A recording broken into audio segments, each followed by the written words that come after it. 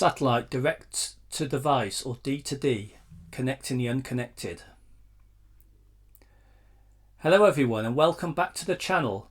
I'm Craig Miles and today we're diving into the exciting development in satellite communications that's transforming connectivity worldwide. It's called Satellite Direct to Device, or D2D, and it's opening up new opportunities for bridging the digital divide, especially in those hard to reach places. Imagine being able to connect directly to a satellite with just your smartphone. No need for cell towers, no complex infrastructure, just pure, direct connectivity. Sounds like science fiction? Well, it's becoming reality. What is D2D connectivity? D2D technology lets satellites talk directly to devices like smartphones. This can happen using two main types of radio frequencies. Firstly, the mobile satellite service, or MSS bands, like L-band and S-band, which are traditionally used by satellite phones and certain IoT devices. The land mobile service, or LMS bands, especially those identified for terrestrial mobile networks, sometimes called IMT bands.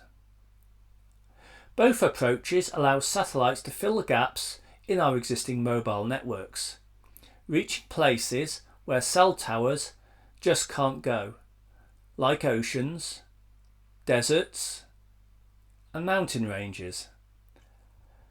I'll also add to that remote locations where it's not economically viable for a telecommunications company to put in a cell tower due to low population density or remote location with a poor population.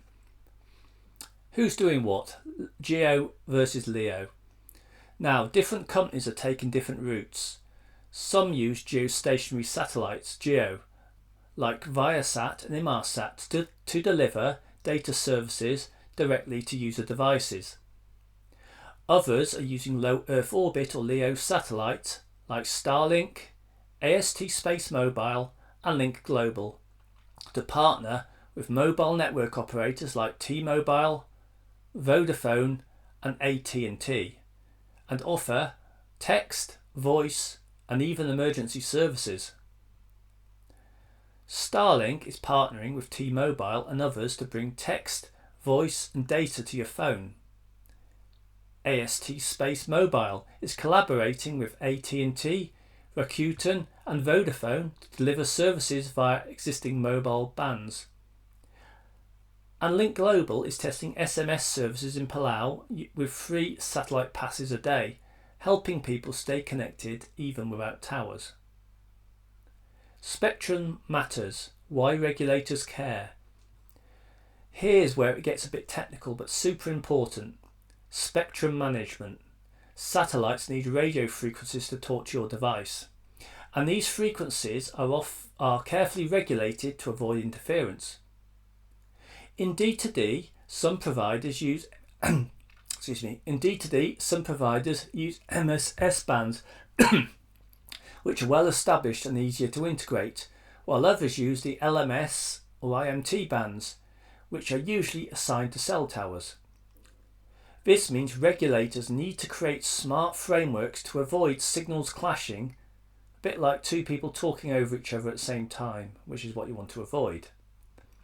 International standards. Why 3GPP Release 17 matters. Let's not forget interoperability. The third generation partnership project, 3GPP, which sets the global standards for mobile networks, released Release 17, which finally integrates satellites and mobile networks. This means your device can seamlessly switch between satellites and cell towers. For educators and policymakers, that's crucial for building a reliable, consistent experience, whether you're in a city or on a remote island. The global policy landscape. Governments around the world are already getting involved. In the USA, the FCC's supplemental coverage for space order lets satellite satellites use mobile spectrum to fill gaps. In Brazil, Anatel's regulatory sandbox lets companies test D2D services in real-world conditions.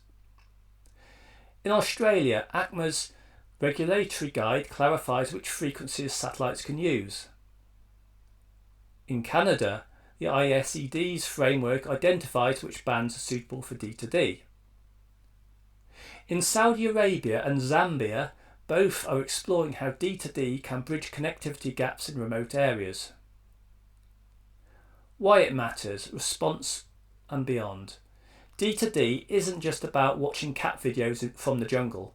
It's also about saving lives in emergencies where cell towers are down or not available.